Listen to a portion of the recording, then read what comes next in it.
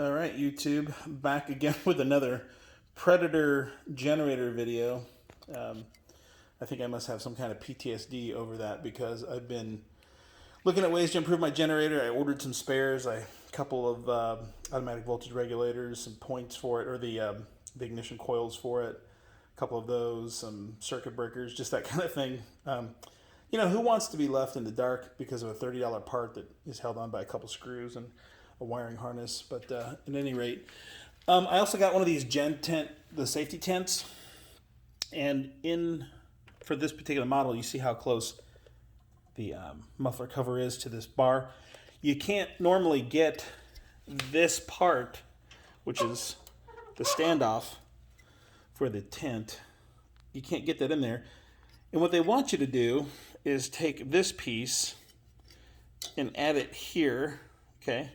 So I'm sorry, I'm trying to do this one-handed again. But you'd have to drill holes, and you can see the interface on that is 90 degrees. I think that's really meant for a square frame, but so the idea here is that you'd have to drill holes in it. I am not of the opinion that drilling holes in anything permanent like that is a good idea. So what I did instead, and as you can probably see, this is removable, and you can order this part. It's just a cover. It's just a bent sheet metal piece. I just took it to a grinder, to my grinder to it, and I just cut back 1/4 of an inch.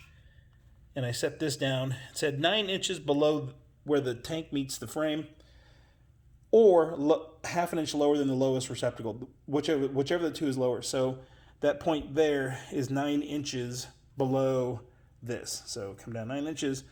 I'm going to put a hose clamp there just to make it easy because I don't want to tighten these up so that I can't swing these out of the way. They're plastic. I mean, and I think bumping that, if it was tight, would break it. So I want to be able to swing that away and then tuck it back there like that.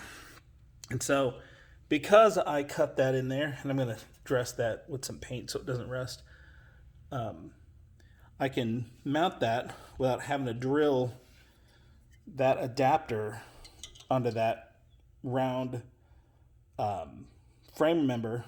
And besides, I just don't want to drill any holes in here, get water will get caught down in here, it'll rust, whatever. I just didn't feel like I want to make a permanent change to that when I can just order the if I really wanted to not do that, or if I wanted to go back to the original, I'll just order that part from Harbor Freight and put the new one back if I remove the GenTent. Anyway, that was my little tip for that. Just cut it back 1/4 of an inch and you're good to go. So either way, you have to take a tool to this thing, whether it be a drilling into a round tube, or using a grinder to cut that piece off. It's up to you. So it's going to take some mod. Anyway, good luck. Bye.